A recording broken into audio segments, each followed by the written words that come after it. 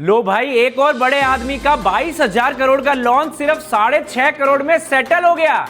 इस 6.5 करोड़ में भी 6.25 करोड़ क्रेडिटर्स को मिलेंगे और 25 लाख प्रोसेसिंग कॉस्ट है, यानी रिकवरी सिर्फ 0.03% हुई। ये है सुभाष चंद्रा, जिनकी लॉन्च सेटलमेंट हुई है। इनकी स्टोरी बड़ी इंटरेस्टिंग है, ध्यान से सुनना।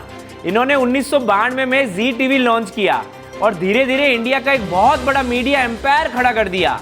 फिर मार्च 2016 में राज्यसभा इलेक्शन से कुछ महीने पहले सुभाष चंद्रा ने बीजेपी को पूरा सपोर्ट किया और मुस्लिम्स और पाकिस्तान को लेकर अपने स्टेटमेंट्स की वजह से भी हेडलाइंस में रहे। और गैस करो फिर क्या हुआ। जून 2016 में बीजेपी के सपोर्ट से सुभाष चंद्रा हरियाणा से राज्यसभा एमपी बन गए। अब पैसों का गेम समझना।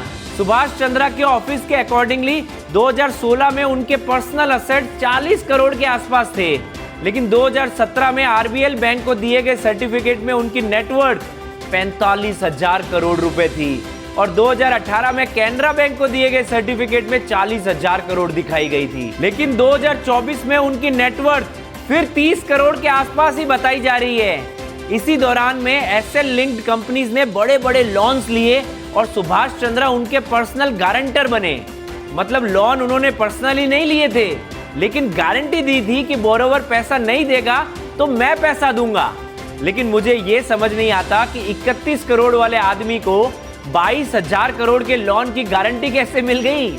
और अब जब बैंक ने पैसे मांगे तो कहा गया मेरे पास तो बिल्कुल पैसे ही नहीं है, और सिर्फ 6.5 करोड़ में सेटलमेंट हो गया। लेकिन जून 2026 में इन्होंने दिल्ली में अपना बंगलो 260 करोड़ में बेचा है। तो सवाल ये है, वो पैसा कहां गया।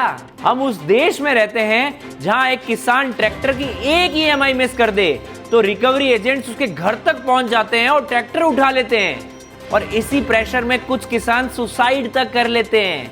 और उसी देश में हजारों करोड़ रुपए के क्लेम्स पर रिकवरी सिर्फ 0.03%। आपका इस पूरे मैटर पर क्या ओपिनियन है, कमेंट्स में जरूर बताना।